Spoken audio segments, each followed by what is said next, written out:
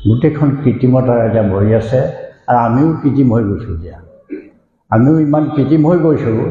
যে আচলতে একেলগে বহি আছোঁ দুজন মানুহ কথা বতৰা পাতি আছে কিন্তু কোনেও কাকো ভাল নাপাওঁ সেইটো কিন্তু বৰ সঁচা কথা দেই একেলগে বহি আছোঁ কোনেও কাকো ভাল নাপাওঁ অথচ ভালকৈ বহি আছোঁ সমাজখন পাতি বহি আছে এই যে আন্তৰিকতাৰ অভাৱ হৈছে এই আন্তৰিকতাৰ অভাৱ হোৱাৰ কাৰণটো কি আন্তৰিকতাৰ অভাৱ হোৱাৰ কাৰণটো হ'ল মানুহৰ যিটো বাসনা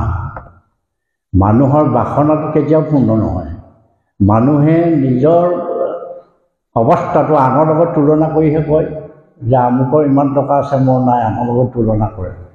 আমুকৰ ইমান টকা আছে মোৰ ইমান নাই আমুকৰ ল'ৰাকেইটা ইমান ভাল মোৰ ভাল নাই গতিকে ভাল বেয়াটো মানুহে আনৰ লগত তুলনা কৰি কৰে কিন্তু যিজন প্ৰজ্ঞাশীল লোক যিজনৰ প্ৰজ্ঞা আছে যিজনৰ ধ্যান ধাৰণাটো অটুট আছে